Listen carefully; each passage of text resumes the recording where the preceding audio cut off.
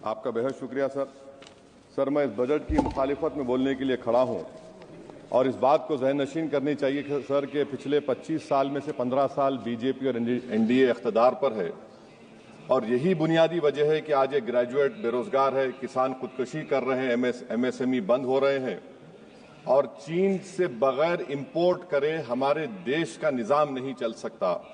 ये सब जिम्मेदारी इस हुकूमत पर आयद होती है सर।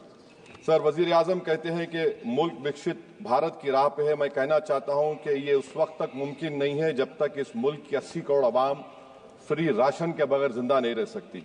विकसित भारत उस वक्त तक मुमकिन नहीं है सर जब हमारे देश की लड़कियां न्यूट्रिशन और तालीमी मौके उनको बच्चों की तरह नहीं मिल जाते। सर, विकसित भारत उस वक्त तक मुमकिन नहीं है जब हमारे मुल्क के बच्चों को जो पढ़ना नहीं आता, प्रॉपर सेंटेंस नहीं लिख सकते। सर, विकसित भारत उस वक्त तक मुमकिन नहीं है जब इस देश की बहुत बड़ी आबादी गरीब है, एब्जेक्ट पॉवर्टी में है। विकसित भारत इस वक्त तक मुमकिन नहीं है सर जब देश के 15% मुसलमानों को तालीम से, रोजगार से, सियासत, इंतजामिया और गवर्नेंस से मजहबी तासुब की बुनियाद पर खारिज कर दिया जाता है।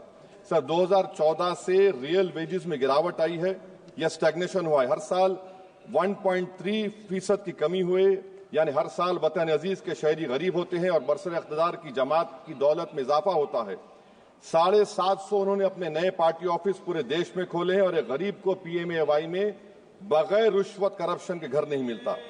सर, तनख्वाहों में कमी, गिरावट से सबसे ज्यादा नुकसान मुसलमान, दलित और आदिवासी को है क्योंकि इनमें सबसे ज्यादा गरीब हैं। सर, मोदी हुकूमत ने इन तीनों तबकों के खिलाफ ऐलान जंग कर दिया। क्या मन की बात से एक औसत घराने को खाना मिलता है? सर, वजीर आजम ने हालिया आवाम को, जनता को मशवरा दिया कि खाने के तेल में कमी करने से जिस्म का वजन कम होता है। सर, मगर इस हुकूमत के मोटापे का अंदाजा लगाइए कि 2014 और 22 से मोदी हुकूमत ने एडवर्टाइजमेंट के ऊपर 3,260 करोड़ रुपए खर्चा किए। तो मालूम हुआ कि देश के प्रधानमंत्री मोदी जी एक एग्जाम वॉरियर भी हैं और एक डाइट कोच भी हैं। सर, खाने के तेल का होलसेल प्राइस इंडेक्स 2014 में 104 था, 2022 में 182 हुआ, 2024 में 145 होता है। ये पॉलिसी हुकूमत किसके लिए बनाती है? गरीबों के लिए नहीं बनाती, हम जानते हैं। सर, 80% भारत की आबादी माइक्रो न्यूट्रिएंट डिफिशियंसी है, सफर करती है। हेल्थ के बजट को हम देखें sir, as a percentage of total budget spend and share of GDP, इसमें कोई इजाफा नहीं हुआ है सर, बल्कि इसका शेयर 2018-19 से कम है। जब हेल्थ सेस लागू किया गया था, हजारों करोड़ हेल्थ सेस कॉर्पोरेट और इनकम टैक्स लोगों ने दिया, हमारे हेल्थ सेक्टर में कोई काम नहीं हो रहा है। सर, तालीम पे आ जाइए। इकोनॉमिक सर्वे जो रिसेंटली ले हुआ है इस हाउस में, जिसमें डेटा ये बताता है कि स्कूल रिटेंशन क्लास 1 to 10 63.8 और हायर सेकेंडरी में क्लास 1 to 12 45.6। मतलब यह है कि सर, एक 1/3 हमारे बच्चे 10वीं तालीम को मुकम्मल नहीं करेंगे और आधे से ज्यादा 12th की तालीम नामुकम्मल करेंगे।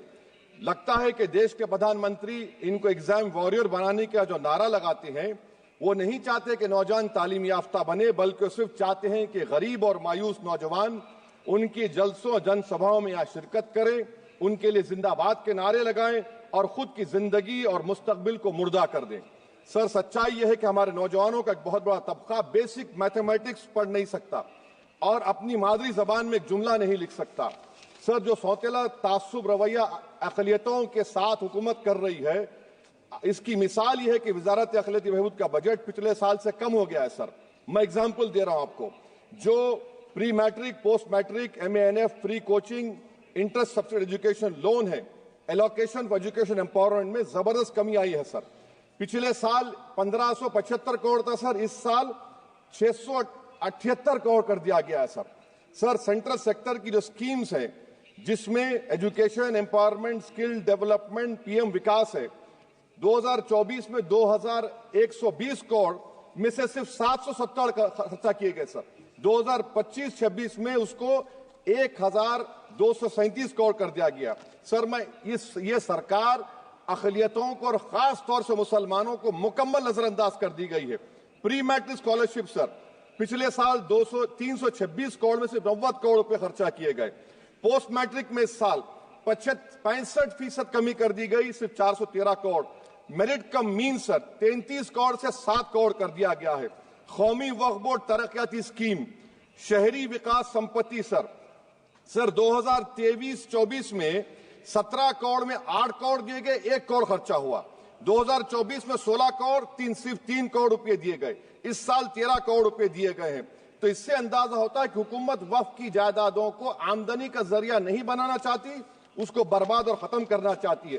सर स्किल डेवलपमेंट में हमारी दोहर उस्ताद नई मंजिल बिल्कुल खत्म करके रख दिया। अब टेक्सटाइल इंडस्ट्री बर्बादी के दहाने पे आ गई सर। 2016 तक भारत में सबसे ज्यादा रेडीमेड गारमेंट्स हम एक्सपोर्ट करते थे, आज उसमें 14% कमी आई, बांग्लादेश हमसे आगे चला गया। सर मैं एक मिसाल दे रहा हूं, मालेगांव में पावरलूम इंडस्ट्री में जो रोजगार देते हैं, ना उस पावरलूम इंडस्ट्री के लिए ना उसमें लेबरर के लिए कुछ इस बजट में रखा गया है। RODTEP, ROSCTL में एक्सपोर्ट प्रमोशन की पॉलिसी नहीं बनाई गई। ग्रुप इंश्योरेंस और GIS को क्यों बंद किया गया इन पावरलूम इंडस्ट्री के लिए? और फिर सर PLI स्कीम के बहुत बड़े दावे किए जाते हैं। ये PLI स्कीम प्रो कॉर्पोरेट है, जबकि इसको प्रो माइक्रो होना चाहिए था। मालेगांव की पावरलूम इंडस्ट्री के लिए इंफ्रास्ट्रक्चर डेवलपमेंट है। ये तासुब और सौतेला सुलूक मालेगांव पावरलूम और ये इंडस्ट्री से कब तक चलेगा? सर डेडलाइन, मोदी जी ये गवर्नमेंट डेडलाइन देती है। मेक इन इंडिया का वादा था सर 100 मिलियन जॉब्स, 12 से 14% ग्रोथ। हकीकत क्या है सर? सिर्फ 6% ग्रोथ है। मैन्युफैक्चरिंग एम्प्लॉयमेंट में सर 12.6 2011-12 में था, वो गिरकर 11.4 हो गया 2022-23 में। सर इकोनॉमिक यूरोपियन यूनियन की policy on carbon border adjustment mechanism EU deforestation regulation ये कहता है इसके ऊपर भारत का बहुत बुरा असर पड़ने वाला है। इकोनॉमिक सर्वे ये कहता है कि 9.5 बिलियन एक्सपोर्ट्स में कमी आएगी। क्या पॉलिसी है सरकार की? सर अनक्लेम डिपॉजिट्स देखिए सर, 2023-24 में LIC में 3,70,000 maturity claims are lying unclaimed, 880 crore के। EPFO 2023-24 में 8,500 crore is lying unclaimed in 21 lakh inoperative accounts. Is this being done deliberately to shore up the government supply? Why is the middle class being made bali ka bakra, sir? In February 2023, sir, 35,000 crore is lying vacant or unclaimed in public sector banks. Why don't you use it? And sir, the travesty of justice is in PM Poshan, sir, a cook or helper gets only 1,000 rupees for 10 months. Why can't the government increase? Sir, agriculture department का जो budget है 4,000 करोड़ कमी कर दी गई। मैं आदादो शुमार और एक स्टडी की बुनियाद पर कह रहा हूं कि किसानों की अगर आमदनी 100 रुपये है तो ये हुकूमत 12 रुपये लेती है। जुल्म नहीं तो क्या है? Sir India steel industry export किया 13 बिलियन और उसमें से 1.2 बिलियन हमने एक्सपोर्ट किया था स्टील एल्यूमिनियम US को। अगर ट्रंप 25% टैरिफ लगाएगा ये सिग्निफिकेंट बर्डन होगा इंडिया के स्टील एक्सपोर्टर्स पर और इसीलिए इंडिया मेटल इंडेक्स गिरा है 3%। सर क्या पॉलिसी है सरकार की? सर कंक्लूजन में अब आप देखें the revenue through income tax is set to increase by 4 lakh crore for BE24 while the corporate tax is only set to increase by 60,000 crore despite corporate profitability an all-time high while wage growth remains subdued. The share of income tax in total revenue has risen to 22.7% in financial year 19 to 33% in 25 while the share of both GST and corporate tax declined. This means that it is still the individual taxpayers paying income tax that is funding the government while corporation get an easy ride, sir. In conclusion, sir, the state I come from, Telangana से मैं आता हूं, तेलंगाना की आवाम ने 8 MP BJP को दिए। एक project आप नेशनल प्रोजेक्ट नहीं कर सकते, पालमारू इरिगेशन प्रोजेक्ट को नेशनल प्रोजेक्ट नहीं बनाते, गोदावरी के पानी को लाने का प्रोजेक्ट आप नहीं देते, मेट्रो को नहीं देते, एक स्टील बायारा, मेरे 8 MP आपके जीत के गए। ये लगता है कि बेचारे वो कितने कमजोर हैं कि जिस रियासत से जीत कर गए वो वहां पर कुछ नहीं कर सक रहे हैं सर। तो इसीलिए मैं इस बजट की मुखालिफत में खड़ा हूं। इससे कोई रोजगार में फायदा नहीं होगा, विकसित भारत नहीं बनेगा। आप लाख बोल लीजिए, हम 12 लाख का बाजा बजाइए, मगर बाजू GST का एक चौकीदार खड़ा हुआ है चोरी करने के लिए। बहुत बहुत शुक्रिया सर।